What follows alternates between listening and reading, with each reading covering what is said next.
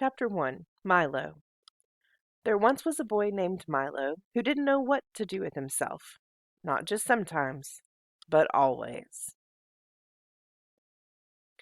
When he was in school, he longed to be out, and when he was out, he longed to be in. On the way, he thought about coming home, and coming home, he thought about going. Wherever he was, he wished he were somewhere else. And when he got there, he wondered why he had bothered. Nothing really interested him, least of all the things that should have. "It seems to me that almost everything is a waste of time," he remarked one day as he walked dejectedly home from school. "I can't see the point in learning to solve useless problems, or subtracting turnips from turnips, or knowing where Ethiopia is, or how to spell February." And, since no one bothered to explain otherwise, he regarded the process of seeking knowledge as the greatest waste of time of all.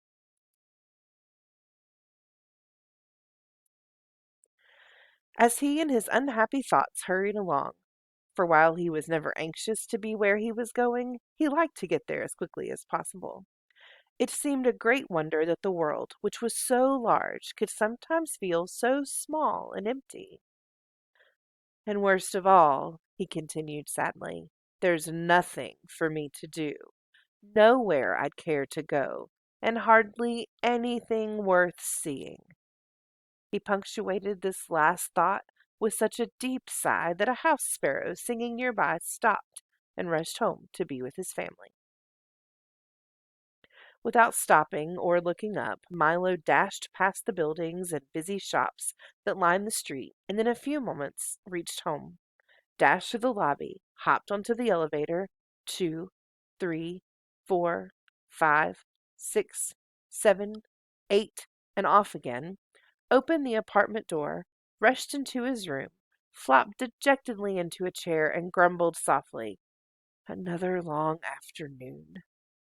He looked glumly at all the things he owned, the books that were too much trouble to read, the tools he had never learned to use, the small electric automobile he hadn't driven in months, or was it years? And the hundreds of other games and toys and bats and balls and bits and pieces scattered around him. And then, to one side of the room, just next to the phonograph, he noticed something he had certainly never seen before. Who could possibly have left such an enormous package, and such a strange one? For while it was not quite square, it was definitely not round, and for its size it was larger than almost any other big package of smaller dimension that he had ever seen. Attached to one side was a bright blue envelope, which said simply, "For Milo, who has plenty of time." Of course, if you've ever gotten a surprise package, you can imagine how puzzled and excited Milo was. And if you've never gotten one, pay close attention, because someday you might. "I don't think it's my birthday," he puzzled, "and Christmas must be months away. I haven't been outstandingly good, or even good at all." He had to admit this even to himself. "Most probably I won't like it anyway, but since I don't know where it came from, I can't possibly send it back." He thought about it for quite a while, and then opened the envelope, but just to be polite. "One genuine turnpike toll booth," it stated, and then it went on. "Easily assembled at home, and for use by those who have never traveled in lands beyond." Beyond what? Thought Milo, as he continued to read. "This package contains the following items. One genuine turnpike toll booth to be erected according to directions. 3 precautionary signs to be used in a precautionary fashion. Assorted coins for use in paying tolls. 1 map, up to date and carefully drawn by master cartographers, depicting natural and man-made features. 1 book of rules and traffic regulations which may not be bent or broken."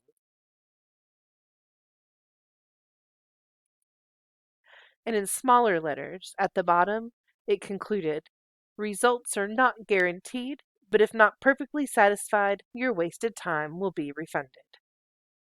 following the instructions which told him to cut here, lift there, and fold back all around. He soon had the toll booth unpacked and set up on its stand. He fitted the windows in place and attached the roof, which extended out on both sides, and fastened on the coin box. It was very much like the toll booths he had seen many times on family trips, except, of course, it was much smaller and purple. What a strange present, he thought to himself. The least they could have done was to send a highway with it, for it's terribly impractical without one. But since, at the time, there was nothing else he wanted to play with, he set up the 3 signs. Slow down, approaching toll booth. Please have your fare ready. Have your destination in mind. And he slowly unfolded the map. As the announcement stated, it was a beautiful map in many colors showing principal roads, rivers and seas, towns and cities, mountains and valleys, intersections and detours, and sites of outstanding interest, both beautiful and historic. The only trouble was that Milo had never heard of any of the places it indicated, and even the name sounded most peculiar. I don't think there really is such a country, he concluded after studying it carefully. Well, it doesn't matter anyway. And he closed his eyes and poked a finger at the map. Dictionopolis, read Milo slowly when he saw what his finger had chosen.